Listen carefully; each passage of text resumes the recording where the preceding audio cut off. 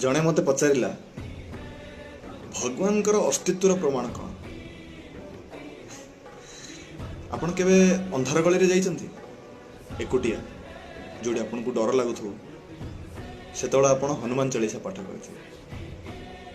हठात हनुमान चालीसा पाठ करू करू आपणकर से डर आ रही नथिबो आपण मन भितर यही भाव